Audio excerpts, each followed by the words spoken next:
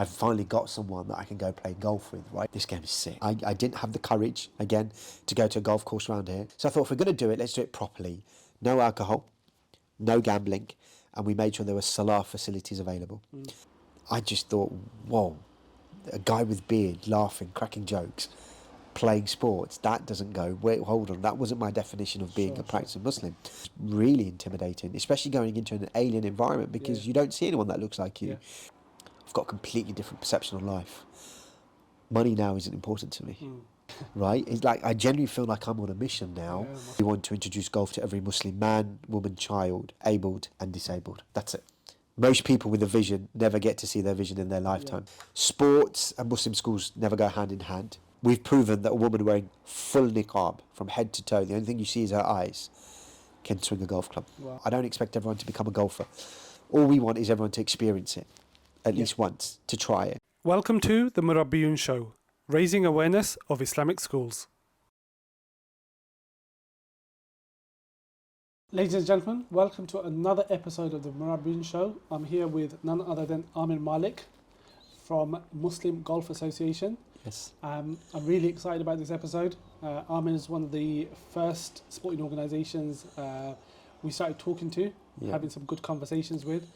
And I'm hoping for the next half an hour, 45 minutes, we can start unpacking a little bit about MGA, a little bit about the work that we've done. But before we do that, let's try and understand Amir and sports. Okay, go for it. So, Amir, what's the last live sporting event you went to? The last live sporting event I went to, I think, was actually the Open in Liverpool, if I remember correctly. It's been such a haze. Yeah, that was in the summer. I think that was the last live event. I think the golf, the 151st Open in Liverpool. Yeah, I was there as well. You were there. Thanks to you. That's right, you were there. I think that was the last live event. Yeah. Okay, we'll get into that a little bit later. Sure. Do you go to any other live events apart from golf? So I was due to go to the Arsenal-Tottenham game. Oh man. And I said no. What, Arsenal or Tottenham fan? I'm an Arsenal fan. Okay. I'm from the right side of London. And can you believe I said no? Because ironically, I hadn't played golf for a long time, and I just wanted to spend time with my friends and play golf. And don't get me wrong, I hadn't seen my other friend who I was going with for a long time, but I thought, actually, I just wanted to just chill out and just spend quality time with people and playing a game that I loved. And it's a good thing I didn't go because we drew 2-2. It was a good game. Yeah, it was a great game. It was a great game. But yeah, I could have gone to the derby, but I didn't.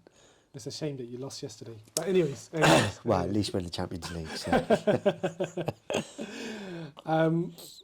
What sport do you struggle to watch on TV?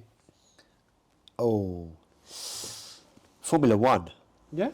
Yeah, I really... Yeah, I don't think I've ever watched a race from start to finish. And I'll watch a couple of turns. Okay. And then I'm like, okay. A couple of turns. Right, and I'm like, okay, whereas I can watch snooker. Okay. I can watch golf. I spent the whole Sunday watching the Ryder Cup. Yeah. Rugby, I'm fascinated with as well. The World Cup is on at the moment. Yeah, amazing. Football, obviously. But I think Formula One, I struggle. Every time I don't get excited, and I can't sit there for a couple of hours just watching those cars go past. So yeah, I think that would definitely be the first one. Do you know what the funny thing is? So the first episode we done was with Talal. Okay. And he said the same thing. Did he? Okay, that's why we get on. Yeah, it's weird. It's just really weird. It's just one of the first things that come up with. Most other sports I could probably fathom, but yeah, it's just Formula One. But as a disclaimer to Formula One, that's how those two feel. That's not how I feel. Yeah. We definitely want to be working with Formula One. But listen, it looks amazing. The funny thing is, I've even been to a race, and it's like, maybe because I'm not a massive car enthusiast, right? I think that's what it comes down to. So, but yeah, I just, I'm not knocking it. I'm just saying I can't spend 2-3 hours watching that. What's your most memorable sporting moment, like past? Personal or just. I'm talking about professional sports. You could fall into that category. Oh, I don't know about that. What comes to mind for you? Wow. I think it's a tricky conversation because sometimes it could be a moment that you've lived through, or it could be a moment that you've heard about in the past. Yeah, I've got a terrible memory, right? So that will always work against me. But I think funny enough, watching England win the World Cup against New Zealand in Oh, okay. cricket, ironically, That was a few years ago. wasn't yeah, it it? was a couple of years ago. Yeah. It's the last World Cup because the World Cup's happening now, Yeah, and that was so dramatic. 'Cause I was with my family, yeah. Okay. and we were all in the room, Wow. and we were watching the cricket, and we were all invested. And it went to, I think, a super over, Yeah. and it was just unbelievable. Yeah. And so you could feel the emotion in the room, and on Yeah. the TV it was on loud. So that's one that sticks out. I think going back many moons, the whole Invincible season was amazing. Yeah. Right, that still to this day was just it was You it was remember it like absolutely yesterday. phenomenal. Yeah, those were probably the ones I think. Yeah, I think those were probably the ones that stick fresh in the mind. I'm a very big lover of the underdog as well, Yeah. right? So whenever there's a moment or there's an opportunity for the underdogs to do well, I'll You're always there. be rooting for them. Yeah, that tends to be my default Okay, position. final question before we get into the real crux of the show. What's one sport that you would love to play? Like maybe you don't have enough time to Sure, play it, or sure. maybe you've tried it but you're not very good at it, but you know you wish you could pick up a tennis racket and just hit it like Rafael Nadal. What is it? What is it? What have I always wanted to play? Funny enough, golf was one. Okay. Golf was really one. I think most other sports I've tried, Okay. and I was lucky enough to have access to, but golf really was one because people from Pakistani backgrounds don't have golf clubs sitting in their garages, and we didn't know anyone, and so golf was definitely one of those ones. But if you ask about now, I don't know. I don't know. Maybe basketball. Basketball. Yeah, maybe basketball. Again, that's another sport that I was lucky enough to watch Chicago Bulls versus New York Knicks at Madison Square Garden, No way. and I fell asleep. Because you're tired or just No, I just didn't find it that exciting. I'm really weird, aren't I? I'm really strange. I just don't get. Listen, there's some great dunks out there, and there's some great players, but it's like, okay, yeah, it doesn't really do it for me. I think you got to feel passionate about it. Yeah. And you know what it is? I've had similar kind of moments in live events where I felt like, you know what, this is a bit like a bit of an anticlimax. Yeah, But in other occasions, it's felt better than what I was expecting it Yeah. to be like. yeah. But I guess, yeah, once you put yourself in that situation, Listen, I was in New York, and I thought, this is amazing. This is such a bucket list moment. Madison Square Garden, Yeah. New York Knicks versus Chicago. Obviously, it wasn't the great Chicago Bulls and whatnot, Yeah. but it was still the fact that yeah. it was there, and I was just like, okay, this is Gotta all do it. right. And I didn't- yeah, but maybe because I'm not good at basketball, I don't necessarily appreciate it. Maybe that's my bias. Is if I'm not good at something, I don't like it. But I've been dying to go to a rugby match. Honestly, I've been dying because I don't even understand rugby. Right, I try to understand the rules, but every time England play, and then I've got a real big appreciation for the All Blacks because of where they come from and how small they are and what they've managed to do. So I've read a lot about them. But rugby, I'm really fascinated to actually go down and watch, a game. So As a small little trip over to France, you can get to the World Cup maybe. yeah, I think a bit late now, but I didn't used to live too far from Twickenham. Yeah, I never went. So I think that's something I definitely want to do is go watch a game of rugby at Twickenham. If we get any, Inshallah, yeah, you have to. we'll You got to call me, we'll definitely. be in contact. Mashallah, you've had an amazing journey, if you don't mind me saying. Thank you. Even in the short space of time that I've got to know you, it's been really interesting to understand the kind of what you've achieved, alhamdulillah, Sure. and what your Alhamdulillah. ambitions are more than anything. Actually, that's much more impressive, I would probably say. But I mean, give us a little bit of an insight into what the MJE is, Yeah. how it came about. Yeah, so as we were just alluding to, you asked me the question, what sport would you like to have played? And and I answered ultimately it was golf. So I grew up in a sporting family. So anything with the ball, we always played. I've got two older brothers who are 15 and 16 years older than me. So I'm the proper baby of the family. So cricket was default, right? They were big cricketers, big sportsmen, and I was the little boy that always had to bowl, right, against them. And that's fine because you didn't know any different on it. I was going to say usually it's the opposite. You're probably the fielder, one's bowling and one's batting. No, but we didn't have a big garden, so it was what it was. But I had one brother who was absolutely obsessed by cricket, so he was constantly getting me to bowl at him, and it's fine, and it's really amazing when you hear of great players, right? And I was nowhere near that, but when you look at great players who've gone on to conquer the game, the likes of Sachin and so on and so forth. These people also had elder siblings that they played with, and they developed really, really quickly. And so naturally, I had to learn hand-eye coordination. So football, again, was another thing. And I always remember that I always wanted to tag along with my brothers to go to the football, to go play with them. And all I ended up doing was just watching. But you were in that environment. But when it came to golf, as I was growing up and used to see a little bit on TV, I was fascinated by it, that, okay, this is a sport, it's clearly a sport, and they hit this ball for miles, and it's like, okay, how does this work? And I think I had a golf club somehow. It ended up in our house, right? And so, you're hitting it, and then I even remember playing tennis with a golf ball. Right, it was weird, and my brother really kicked off at me because I ruined his tennis racket. Because obviously, tennis racket is with strings; it's not designed to be hit something as heavy as a golf ball. So it was always there, but you just didn't know how to play. And if any, I think we ended up even playing snooker inside my house, where we would get small glass cups, make that the pockets, and we used to get this stick and hit golf balls into the. Sounds like you were in my house as well. Right, so it was amazing because you used to try and replicate everything you see on TV. That's right. You would do it at home, but how do you replicate golf? Because you've got nowhere big enough. Your house was small. There's no way you were going to swing anything.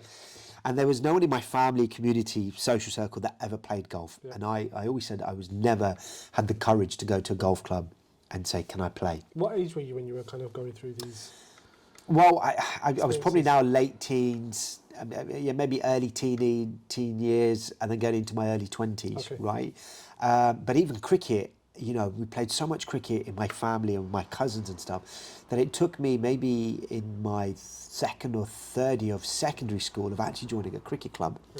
And even then, I didn't think I was good enough, because you heard about these cricket clubs where the local ones are, it's a really good cricket club, and you're like, oh, I'm not good enough. It must be full of amazing players. And then you get there and you realise everyone's actually quite rubbish. and I should have got here ages ago, and why did I stop, and so on. And and the cricket was a different journey itself. But golf, no chance. And I was quite lucky. There was probably one or two golf courses not too far from me.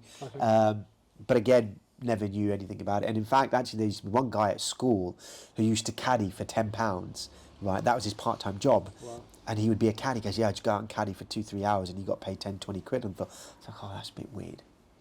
Anyway, when I was working in recruitment, in my first job actually, I worked for a Sikh guy, and we got on really, really well, and we always used to talk about football, sports and stuff, and he goes, and then golf came up. He goes, do you fancy playing golf? And I was like, absolutely, let's go. I'm like, wicked. I've finally got someone that I can go play golf with, right? And by then I would have probably discovered a driving range, right? So you've gone to a driving range and hit a few balls, but he says, let's go play in a golf course. I was like, all over it. Bought some clubs, and we went to Enfield Golf Club. Didn't have a clue. Anyway, we played, and I thought, this game is sick. This game is really, really cool. How do we do it? And we must have played terribly. But we played, and he wanted to play again. So I said, why don't you come down towards me in Epsom? Excuse me, because it was in North London, I was in South. So we played again in Epsom. And now I'm starting to think, okay, this game is all right. I really, really like this. Then I had the opportunity to go and live in Mecca. And so I moved to Mecca, and then I spent 4 amazing years there. And funnily enough, I played golf out there as well. This was before Golf Saudi, but there was a huge golf course. It was a brownfield site, so it was all brown. Wow. Had a porta cabin in the middle of the desert, right? You turn up there, and what they do is they'll give you a piece of mat, AstroTurf, it's about this big, right? They said, there you go, you pay your fee, and off you go to the golf course. And it's an 18-hole golf course, right? Par 3, par 4, par 5s. And their greens weren't greens, they were browns, because it was oil and water mixed, and everything was sloping up, right? So it was raised and sloping up, so it could actually stay. And your car was your golf buggy. So you put your clubs in the Your back of your car car. was your golf Yeah. bag. So now you're driving on the golf course, right, in your car with your boot open, and you're playing golf. So wherever the ball lands, right, you pick it up, you put it on the grass, and you hit it off the AstroTurf Wow. with real clubs, right? And I did that maybe 3 or 4 times. And then me and my friend of mine, we were just mad and bored and a bit techie. We ended up building a golf simulator, right? Because in Saudi, mashallah, the houses were massive, right? Huge ceilings like this. And we bought an impact screen from America. We bought a simulator from the UK. It was just a small one, about 500 quid. And we had a souped up PC, and we created a golf simulator. And so now we're hitting balls into a screen, into the house. It was crazy. That didn't last very long. Anyway, I got back to the UK, and then that's how I moved to Luton, because my wife's from Luton. Okay. Right, originally I'm from South London, Southwest London, Kingston. And so when I got back, I thought, right, I really want to take golf up properly, and I really want to see how far we can explore this. And so I used to travel 2 hours all the way from Luton to South London every weekend just to play golf with my friends, because that was my safe circle. Okay. Right, I didn't have the courage again to go to a golf course around here. I was too embarrassed, scared, whatever. But my friends were playing in South London, so I decided to go play, and we played with them. And we went from a driving range to pitch and putt to golf courses before we ended up going on golf holidays. And the more I travelled across the UK, I started seeing pockets of Muslims that played golf. I'd be at a function, a wedding, and as soon as someone says golf, my ears just pricked up. I was like this radar. It's like, okay, why and how and who is talking about golf? Yeah. Right, I need to talk to you. And then I started saying, I was fascinated. I was wondering, I wonder how many Muslims there are that played golf. I thought there might be 100, right? But I thought, wouldn't it be great if we all got together? So I thought, let me run an experiment. Okay. Let's do a charity golf day. So charity golf days are so common. It's a really good way to raise money, and it happens in all walks of life. So I thought, let's do a charity golf day, and we will, and I did it with the Reed Foundation, because my brother was working for Reed Foundation. So we thought we can raise, if it works, inshallah, we'll raise a couple of quid, but also I can use it as a platform to see if we get Muslims together. So I thought, okay, if we're going to do it, I want to do it properly, because again, I was seeing that there were the small pockets of Muslim guys, Pakistani guys, Bangladeshi guys that played. They were known as societies, and when I looked into them, they were just set up in the back street. Right, yeah, we're the Sultans of Swing, right, and we get together once a month. There's 12 guys, 15 guys, whatever, right, and so on, right. But there wasn't any information, there wasn't anything professional about it. But it didn't need to be. It was just guys getting together playing, right. So I thought, if we're going to do it, let's do it properly. Let's set up a company. Let's call it the Muslim Golf Association, because I'm Muslim, right. I'm first and foremost a Muslim. Then I'm British, Pakistani, whatever, but I'm Muslim first and foremost, and I want to go for everybody. So I thought, well, let's call it the Muslim Golf Association. It's got a really cool acronym, MGA, as well. Yeah, nice. So we decided to do that. Then I got a logo made. I got the website made. I did everything in the sense of, okay, if I'm going to do it, again, to keep costs down. And then there's the domain, muslimgolfassociation.com was available. Snapped it up. I thought, great, let's do it. And then I chose a venue, and we chose the Grove, right, which is just Famous. outside here. Yeah, it's famous because Tiger Woods. Yeah. Tiger Woods came here at the World Golf Championship, tore the course apart, and there's still plaques to this day on the golf course that show you where he hit certain shots. And when you go there, you think, oh my God, this guy's a machine. For him to be able to do that 3 times in a row, unbelievable. Anyway, but it's a very prestigious venue. Yeah. They look after you. It's a really good experience. So I thought, I launched December the 25th, 2019, but we were going to do the event in June 2020. I thought I'd give myself 6 months, because I've done Islamic events before. Selling tickets is the hardest thing you can ever do, especially like golf, right? I thought, I've got 6 months to do it. Launched Christmas Day, because I thought even the taxi drivers are going to be home. Did it through WhatsApp, and in 24 hours, I had 72 people sign up and pay. Mashallah. And all I needed was 72 to take over the golf course. Not only did they sign up, but they paid. And you've done Muslim events. Yeah. Just getting them to click and press checkout is one thing, but them to pay, and it was a high expensive event. Yeah. It blew my mind. I just thought, this is crazy. Then a week later, I had about 80, 90 people on a waiting list. Amazing. And I'm thinking, we're not supposed to play this game. Where have these guys come from? I couldn't fathom it.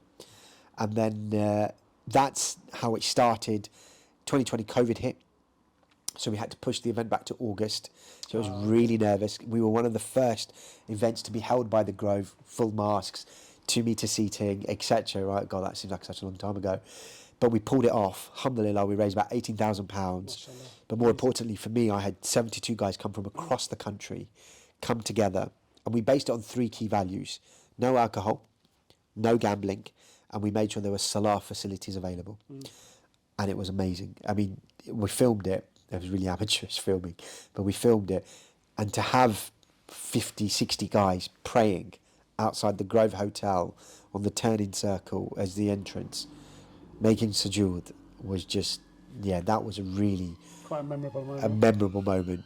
And that was a watershed moment. I just thought, wow, this is unbelievable. Let me unpick a little bit of your story. Please. Let me unpick a little bit of it, yeah? So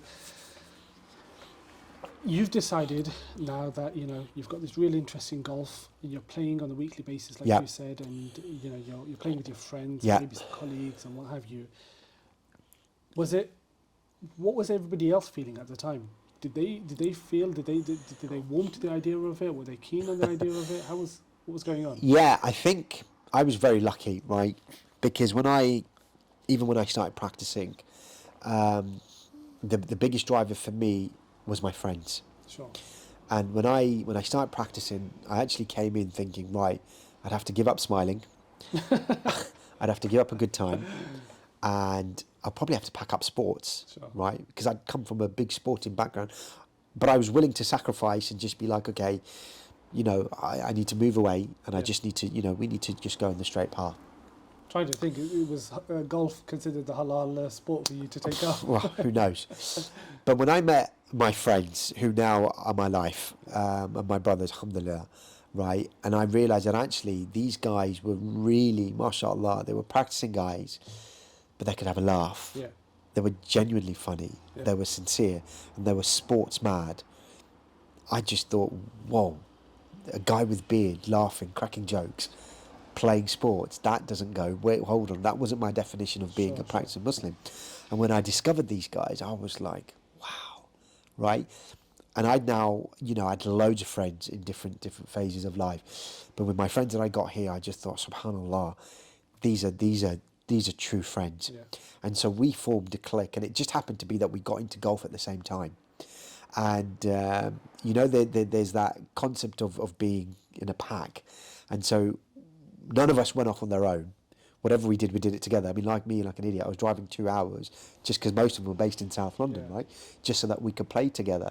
And so we travelled together, we played together. But every one of us had the same fear, right? We were always looking over our shoulder. Will the white man see us? What's he going to say? He's going to see a bunch of Asians, beardos.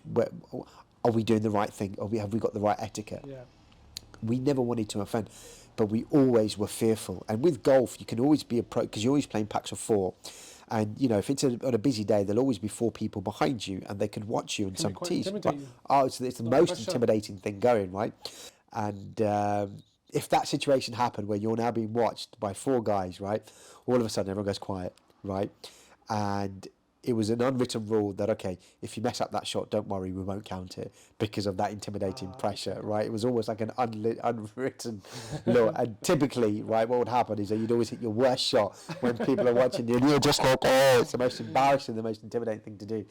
But anyway, right, that is what would happen, but we would do that together. Yeah. And so, yeah, we were all on that same journey, and we had that same fear, shall I say. And, you know, I'd like to think I'm a relatively confident guy. Yeah. But like I said, it was really intimidating, especially going into an alien environment because you don't see anyone that looks like you. Yeah. These environments aren't created for Muslims. No. Yet they should be, and they need to be, but they weren't.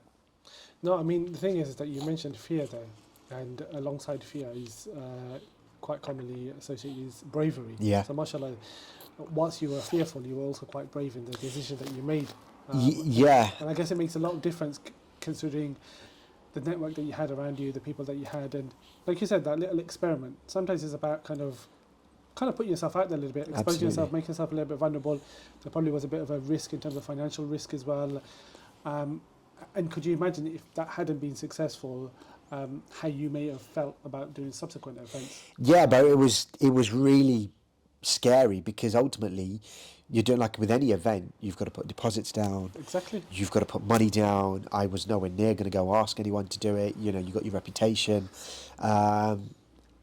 And to this day, I don't understand how the MGA has got to where it's got to, and the only way, and the reason I put it down is purely from Allah. Yeah. It is purely from Allah. It's not because of my success or who I am or whatever. No, Yeah. I put it down to purely it's tawakkul in Allah, and if it's meant to be good, it will happen, and if it won't, it won't. But your intentions, inshallah, should be clear. They should be, for the betterment. Yeah. But yeah, I put any success is from Allah, but we did that all through WhatsApp. When I launched the MGA, The interesting thing is, I'm pretty sure I received that message. you probably could have done. Honestly, I think I'm on one of the WhatsApp groups where I received that message, and the moment I saw it, I thought to myself, you know what, this is pretty cool. But I still think I'm in that space that you talk about, that I'm still not quite comfortable, or I haven't quite found the confidence to be able to. I've done 9 holes, but I've never done 18 hole. Sure. Although the other day when we were on the 9 hole, we did a sneaky shot on the 18 hole, Yeah. Me and my brother-in-law, Yeah. and it was so fun. Yeah, But haven't quite gone to that next stage. that's right. And I do think that what you're talking about, golf and the prestige and everything that's associated about it, there's a lot of barriers to overcome. Absolutely. There's a lot of barriers to overcome. But for you to get as far as you have, and like you said, you initially it was an interest you Yeah. had. That interest then spiked some sort of, okay, you know what, let's formalize this, let's kind of organize this a little bit more. And now, mashallah, you're now in a place where you're doing this full time. Yeah, This is your bread and butter on a day-to-day Yeah, basis. yeah. And that's a challenge in itself, which we've spoken about Yeah. already offline. But I mean, what would you say is your overall mission now? What's the objective? What are you trying to achieve? Yeah. So the last 3 years have been an incredible journey. It's been a roller coaster of emotions. It's been life-changing. It literally has been life-changing. And it's put a lot of perspective into life. I've done recruitment, so I did a lot of recruitment for startups. I work with a lot of founders. I work with big multinational companies, etc. And you read a lot of books. And they call it the 4-hour week, where actually you're only working for 4 hours because that's the admin ultimately that you're doing. The rest of the time it's not work. And I never really understood it. And I won't be ashamed to say that actually I did recruitment for money. Yeah. Right? I was really money motivated. I was good at it. And it was, for me, it was a really cool way to be able to have a really good lifestyle and make money. And I enjoyed what I did. I took immense pride in helping people get jobs and whatnot, but it was driven by money. And since I've discovered the MGA, I've got a completely different perception of life. Money now isn't important to me, right? I'm really not driven by money. I know I found something I'm so passionate about, that as long as I've got enough to live, survive, and look after my family, that if I'm making a difference through what I love doing, then I get immense satisfaction. I don't even get time to play the game as much as I used to. Yeah, you were saying. Which is crazy. And actually, I get a kick out of saying no. I really get a kick out, because I'm like, okay, why am I saying no? It's because I've got work to do, right? It's like I genuinely feel like I'm on a mission now. Yeah, mashallah. And the golf will come later when it's ready. Yeah. I'll play. And in fact, when I do now play, I'm like, okay, this is my treat. Yeah. This is now my sort of reward sort of thing. So your mission has even superseded your what was fun for you? Absolutely. Listen, I love golf, Yeah. right? And I can't think of anything better than spending 3-4 hours and playing golf on a great course with great friends. Yeah. Unbelievable experience. But it's now a situation where it's, sadly, if you asked me previously in my work when I was working, do you want to play golf? I would say absolutely. And I would work all the hours and do whatever I can just so that I can get out and play golf. Now if someone says you want to play golf, I'm like, listen, I'm too busy. Right? I haven't got time. Yeah, I'm still working, if not more than what I was before. But that's now for me. Listen, I almost feel that that's been selfish now. If I take those 4 hours, I'm taking those 4 hours away of doing something which is far bigger and more important. And that for me now has become my mission. And what I hope you're all enjoying the podcast. Just to let you know, we've launched our newest product, Murabiyoon Sports. When you get a moment, please visit murabiyoonsports.com. We've linked up with a whole host of sporting organisations to give young Muslims an opportunity to access a variety of sports, and it truly is groundbreaking, some of the partnerships we've got in place. You know, the vision for the MGA, the Muslim Golf Association, is ultimately we want to introduce golf to every Muslim man, woman, child, abled and disabled. That's it. And that's around the world. And there's, 1.9 billion Muslims in the world. And so why not? And yeah, definitely. Why not? Why not? If and that's what I said to you right at the beginning, mashallah. I think the ambition that you have is more impressive than what you've done up until now.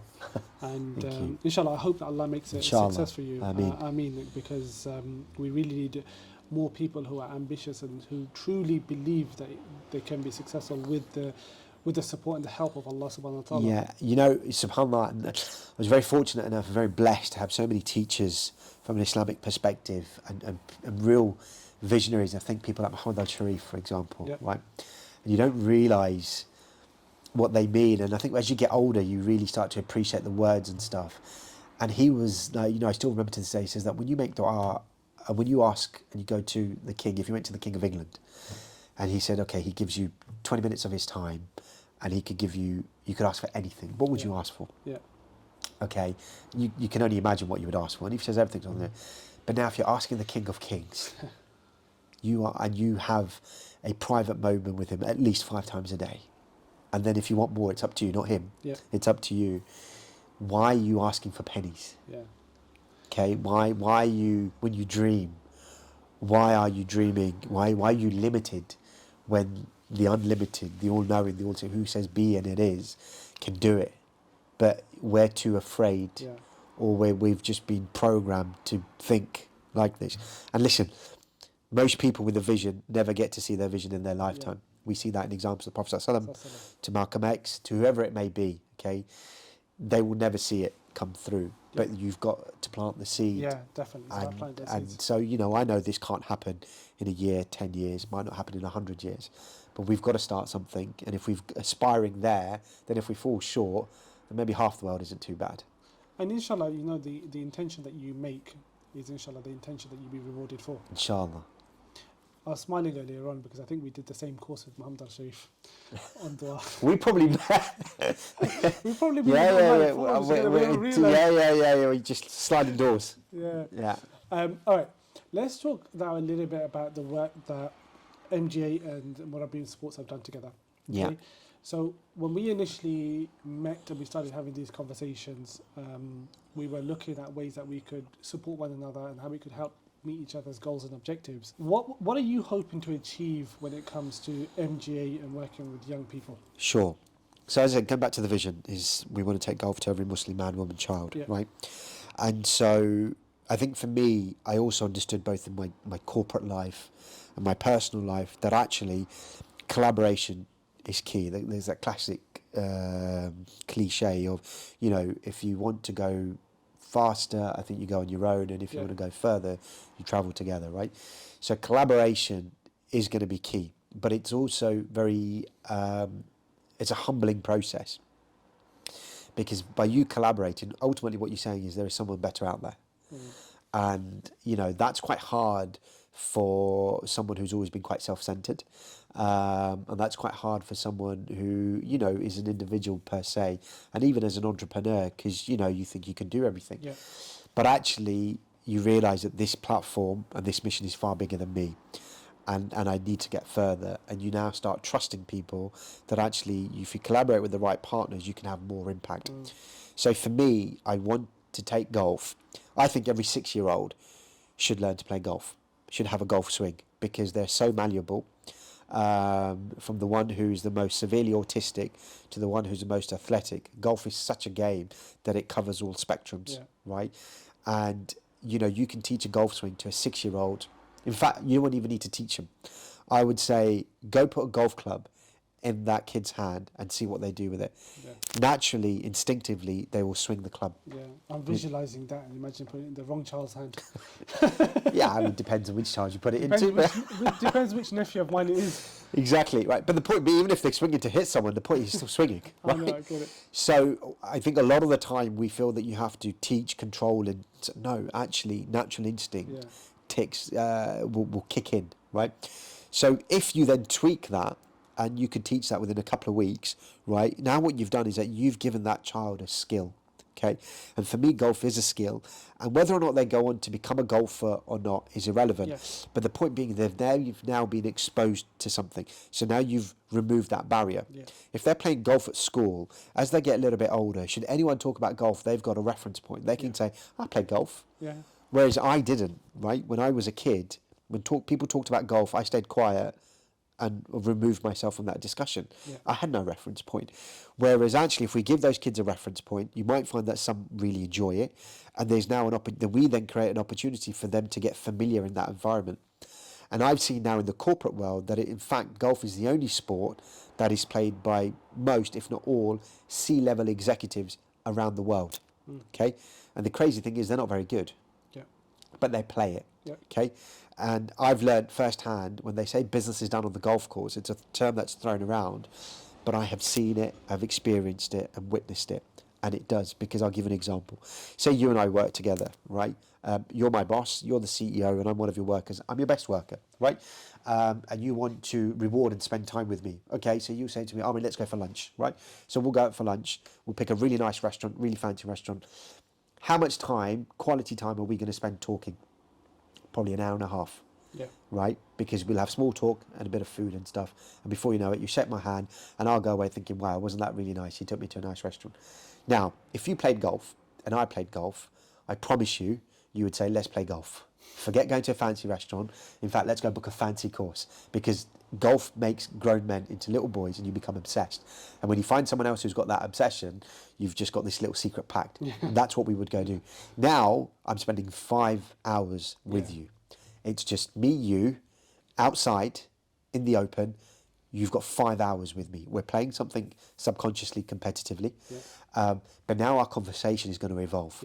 It's going to go from work to your personal life. You will quite easily, if we get on, you will quite easily open up about your personal life. I will open about my personal life. And I did this with my global COO at a FTSE 250 business. And because of golf, we spent 4.5 hours together. I learned about his family, his previous marriage. We talked about Islam. We talked about politics. We talked about terrorism. We talked about everything. I've now built a rapport and a bond with this guy that could never be done in a meeting room or any restaurant. And why? Because of golf. Golf was the same medium, right? By the end of it, I couldn't care what I scored, right? I think the first 9 holes I was playing amazingly, but we got so engrossed in the conversation, I forgot what the score was, right? Because it's almost a case of, this is a dawah opportunity. This guy is now having a first-hand interaction with a real Muslim. Not someone he sees in the street or someone he's heard about on a TV. But I've got an opportunity to challenge and actually, change his perception. That is powerful. How did we get there? We got there because of golf. I could have been the best in my field. There is no way we would have ever had those discussions. But when you're out in that open space and it's just you two, you're just talking like men, like human beings. You interact and bond on a completely different level. And golf gave me the opportunity to do that. So that's why I want every child to at least have some sort of experience with it. And then should they wish to pursue it, they've got the confidence that, I can go learn golf. And actually it's going to benefit me from a networking perspective. And absolutely it will benefit you in a networking perspective. But we want to go in and introduce it. And why did we come to Murabiyoon? Well, for me, I was looking for a partner that had access to Muslim schools, because that's what I wanted to target. Because for me, from what I've seen, sports and Muslim schools never go hand in hand. It's the last thing, even if it's taught, right? You've got Islamic knowledge, which is so important. But when it comes to sports, they don't have the resources or the facilities. And I wanted to create a program where actually we give it completely free of charge.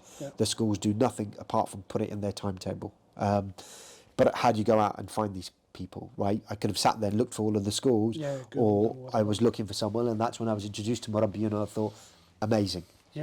Great. You guys have got the all set up. Listen, and within weeks, we've got a program up and running. No, definitely. And so that's why.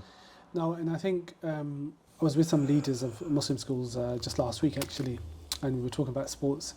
And the school who we think, and we stand to be corrected, were the first Muslim school who outwardly looked Muslim, to attend one of the most high-profile events across the world.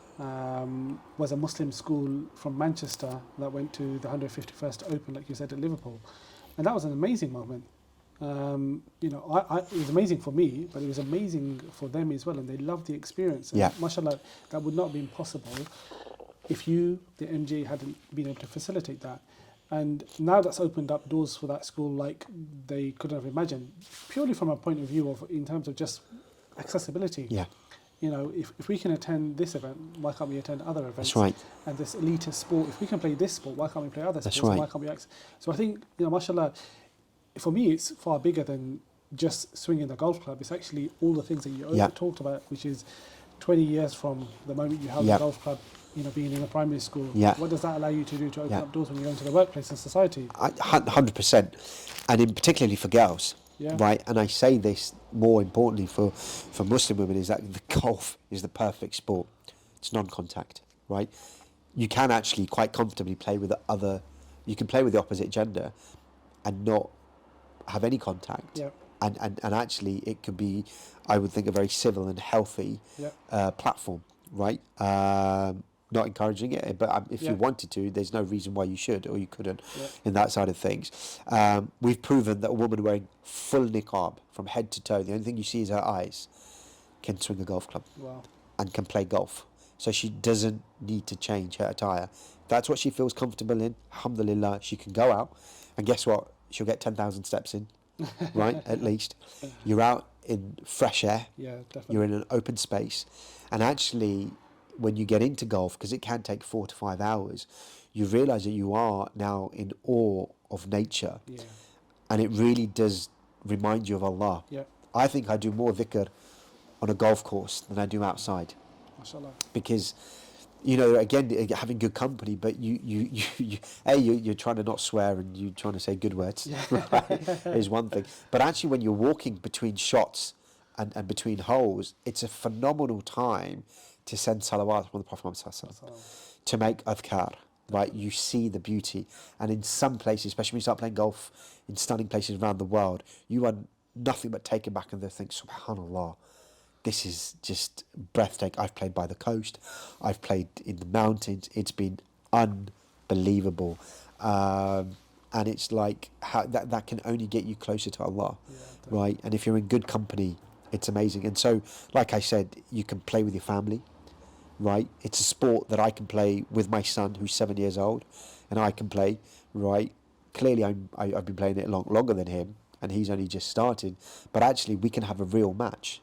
Yeah. Now, you tell me, what sport can you Not play many. with a 7-year-old? Look, we went out as a family. It was about 6 or 7 of us, or a bit more than that, a few weeks ago. Yeah, And we had a couple of youngsters with us. yeah, And we were all playing together. Yeah. Don't get me wrong, we were all at slightly different Sure. levels.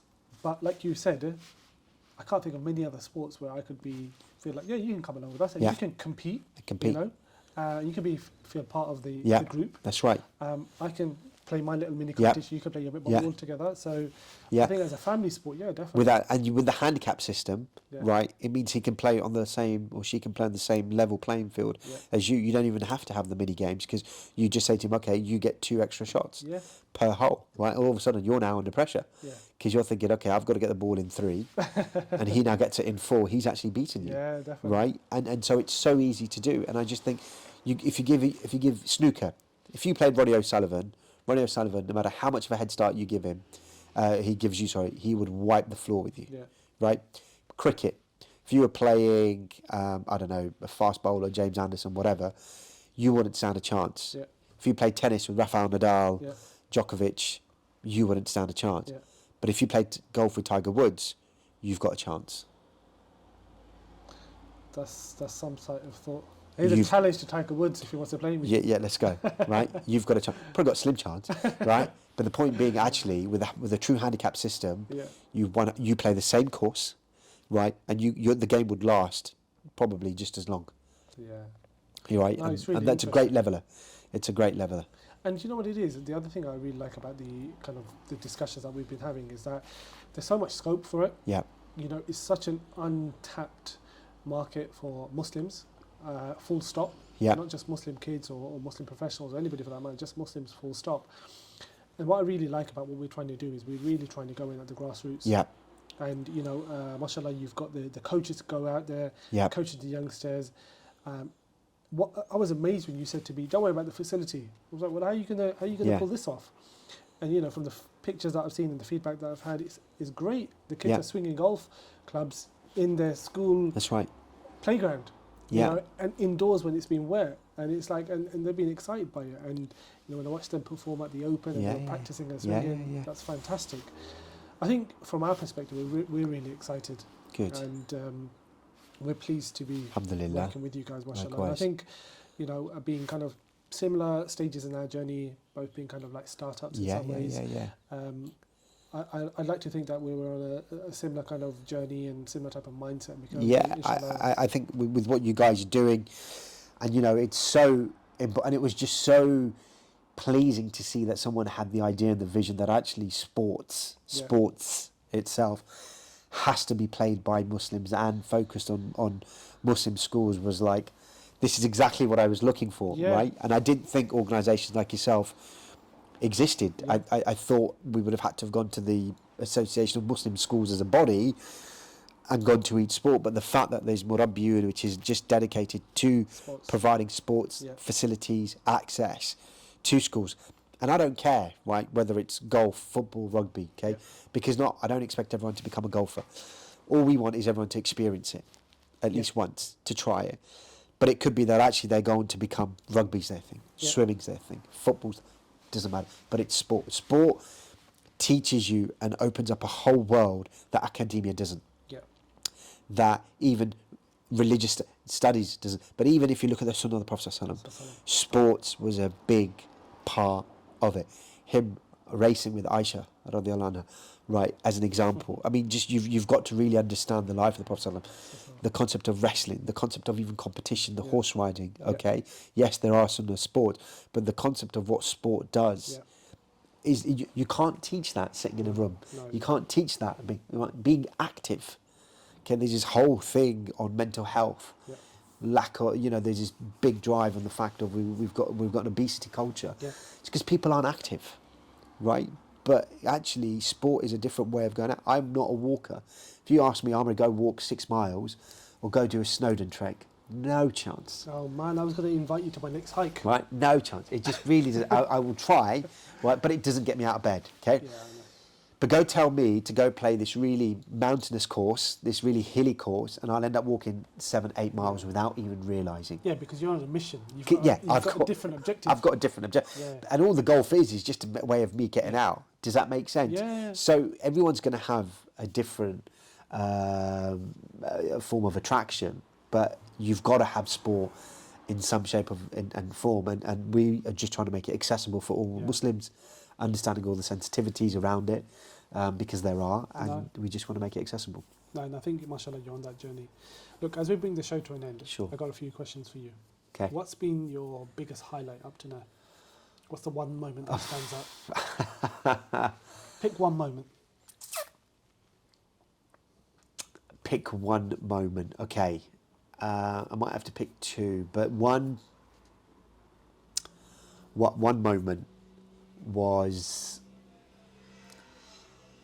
and I guess a bit of backstory about it, and again, why I've called it the Muslim Golf Association, is that we want people to be proud to be Muslim and not hide their Islam. Okay, not levels of practicing, but you're Muslim, you're Muslim. Yeah. And, for me, I also want to try and connect people back to Allah, even in the smallest ways possible. And through these events and through this journey over the last 2.5 years, because this happened actually probably about a year ago, I got told a story about how someone went to a group of friends and said, guys, when it's time to pray, can you make sure I pray? Right, and they're golfers, and before this, wouldn't pray. And because now he'd been to MGA events, he'd made friends, Muslim golfers as friends, he openly went to them, guys, please make sure I pray. When it's time to pray, don't leave me out, or, just make sure I'm on that. And people, he used to be not necessarily ridiculed, but people knew he was just a Jummah Muslim. Yeah. But he now wanted to take that next step. Brilliant. And pray 5 times a day, and golf helped him do that. Alhamdulillah. And that for me was, it's stories that I hear like that make me think, yeah, this is what it's about. It's not about engaging 1,200 Muslim women. That's great, okay, that's and it's really, really important. But actually, if we change one person's life, and that person feels more confident and comfortable as being Muslim, and golf has helped them to do that, and the MJ's helped them to do that, then that's what it's about. Beautiful story. Beautiful story. I mean, that's a really good moment to actually end the show on. I think you connect it back to your ultimate objective, which is to connect it back to Allah and to connect it back to a bigger goal and a mission. And I think what's quite interesting is that where this conversation started off about being about sport, but actually deep down your objectives are more than that. It's a lot more than that. You're a very mission-driven person, and you've got a real clear objective. And inshallah, I pray that Allah gives you success. Ameen.